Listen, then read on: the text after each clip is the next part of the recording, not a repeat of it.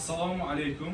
Oks agroni kuzatib borayotgan fermer va dehqonlar. Mana bugun 29-may bug'doy pishib, o'riladigan vaqtga kelib qoldi. Xudo xolasa, Genetik firmasini Komberland sortidan don va silios yo'nalishi bo'yicha eng yaxshi sinovdan o'tgan 2025 va 24-yillarda sinovdan o'tgan urug'larimiz Afrodoxdan, Oks Agrodan Navoiy viloyatiga chiqaryapmiz.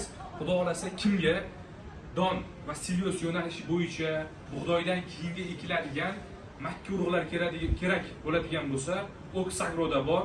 Nomerlarimizni qoldiramiz. Aloqaga chiqsangiz qo'shimcha ma'lumotlarni beramiz. Xudo xolasa, bundan genetikda urug'lardan katta miqdorda bor o'zimizda. Yaxshi urug' sinovdan o'tgan, stressga chidamligi ham sinovdan o'tgan ko'rganmiz. Xususan Qashqadaryo viloyati, Surxondaryoga ekilgan, Qoraqalpoq, Xorazm hududlariga ekilgan, keyin Jizzax viloyatining Yangiyerda yaxshi bo'lgan, juda zo'r bo'lgan, umuman Toshkent viloyatlaridagi hududlarda ham juda yaxshi bo'lgan. Endi demoqchimanki, Toshkent viloyatlarida suv yaxshiroq.